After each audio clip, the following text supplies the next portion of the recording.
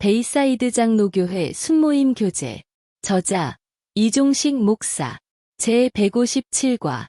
여호와여, 우리에게 영광을 돌리지 마옵소서. 시편 115편 1절에서 18절 말씀입니다. 여호와여, 영광을 우리에게 돌리지 마옵소서.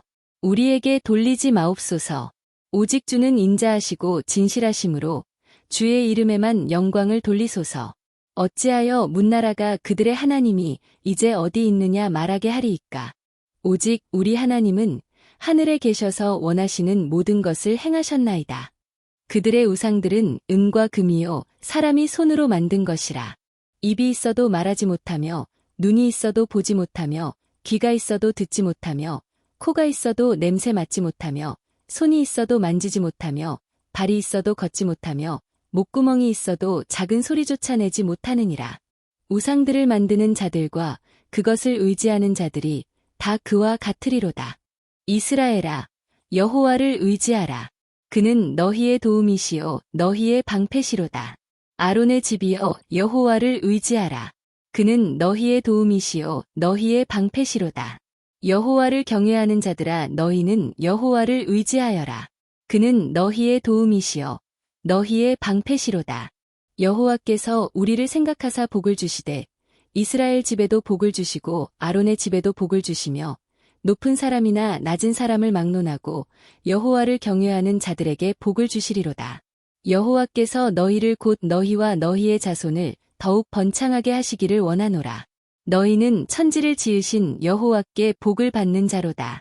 하늘은 여호와의 하늘이라도 땅은 사람에게 주셨도다. 죽은 자들은 여호와를 찬양하지 못하나니 적막한 데로 내려가는 자들은 아무도 찬양하지 못하리로다. 우리는 이제부터 영원까지 여호와를 송축하리로다. 할렐루야. 아멘. 오늘 본문 1절에서 시편 기자는 무슨 기도를 드리고 있습니까? 그리고 그것이 주는 교훈은 무엇이라고 생각하십니까? 오늘 본문인 시편 115편은 작자 미상의 시로서 그 배경이 분명하지 않습니다. 그러나 본문은 기본적인 신앙생활로서 우리가 무엇을 의지하고 살아야 할 것인가를 말씀하고 있습니다. 시편 기자는 1절에서 참 특이한 기도를 드리고 있는 것을 보게 됩니다. 그것은 여호와여, 우리에게 영광을 돌리지 마옵소서 라고 기도하고 있는 것입니다. 이 기도가 특이한 것은 기도하고 있는 자신들에게 영광을 돌리지 않게 해달라고 기도를 하고 있기 때문입니다. 왜 이런 기도를 시편 기자는 드리고 있는 것일까요? 사람들은 무엇인가 이루게 되면 가끔 착각해서 자신이 능력이 있어서 그런 놀라운 일을 하게 된 것으로 생각하게 되기 때문입니다. 그래서 영광을 자신에게 돌리게 됩니다. 그리고 하나님이 도와주시지 않아도 자신이 잘 감당할 수 있다고 생각하기에 기도하지 않고 살게 됩니다. 그렇게 되면 그는 하나님을 서서히 떠나게 되어 멸망의 길을 걷게 됩니다. 이런 것을 보면 사람이 타락하는 순간이 언제인지 알게 됩니다. 자신이 무엇을 했다는 생각이 들고 자신이 특별하다는 생각이 들고 자신을 기념하려고 할 때입니다. 그렇게 되면 문제가 생깁니다. 그리고 초라하게 됩니다. 인생은 하나님이 은혜를 베푸시지 않으면 풀같이 시들고 사라지고 말기 때문입니다. 그러나 영으로 깨어있는 성도는 언제나 다음과 같이 생각하며 삽니다. 나 같은 자에게 왜 이런 은혜를 주시지? 나는 한 것이 별로 없는데 왜 이런 것을 주시지? 참 감사하다라는 생각이 들 때 가장 영성이 잘 되어 있는 때입니다. 성경을 보면 다윗이 그런 삶을 산 것을 보게 됩니다. 그는 하나님의 은혜를 생각하며 우리 집은 참 형편없는 집안이었고 나는 내 형제 중에 막내로서 항상 편애를 당했는데 오늘날 나 같은 것이 왕이 되어 살다니. 왜 나에게 이런 은혜를 주시는 것인지 궁금해했던 모습을 보게 됩니다. 우리는 그러한 모습에서 그가 영적으로 깨어있는 사람이라는 것을 알게 됩니다. 오늘 본문은 왜 하나님만이 영광을 받으셔야만 하는가를 3절에서 다음과 같이 말씀하고 있습니다.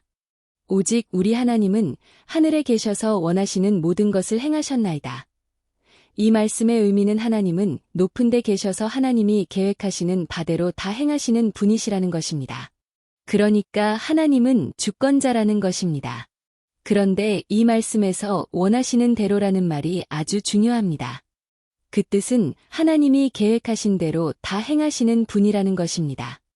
그 계획은 바로 하나님이 말씀을 통해 주신 약속을 믿고 따르는 자들에게 복을 주시는 것임을 오늘 본문은 말씀하고 있습니다. 13절 말씀입니다. 높은 사람이나 낮은 사람을 막론하고 여호와를 경외하는 자들에게 복을 주시리로다.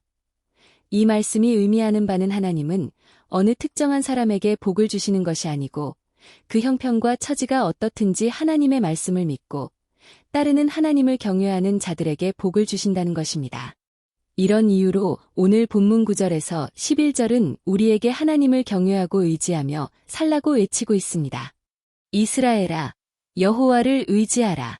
그는 너희의 도움이시요 너희의 방패시로다. 아론의 집이여, 여호와를 의지하라.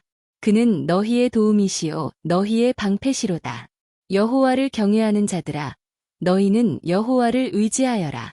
그는 너희의 도움이시요 너희의 방패시로다. 성도님들, 이 말씀에서 하나님을 의지하라는 말은 기도하라는 말입니다. 하나님을 믿고 살라는 말입니다.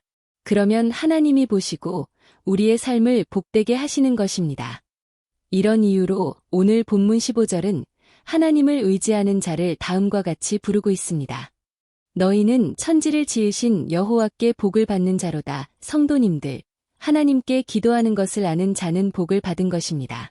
그 이유는 도움을 받게 될 것이고 아름다운 열매를 맺게 될 것이기 때문입니다.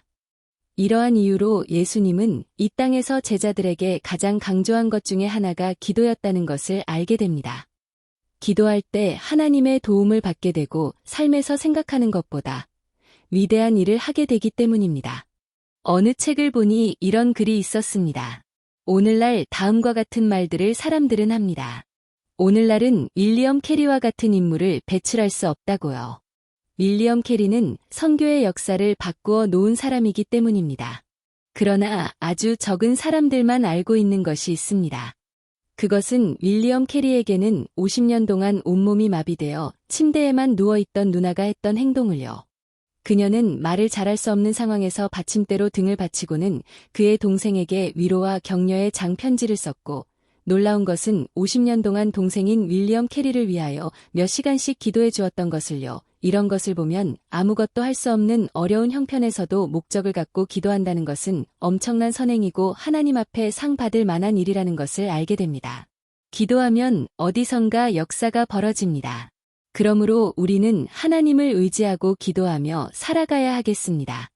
당신은 기도를 통하여 당신이 생각한 것보다 대단한 일을 한 경험이 있습니까? 그 경험을 서로 나누어 봅시다. 오늘의 말씀을 통하여 새롭게 느낀 점과 결단하는 바를 서로 나누어 봅시다.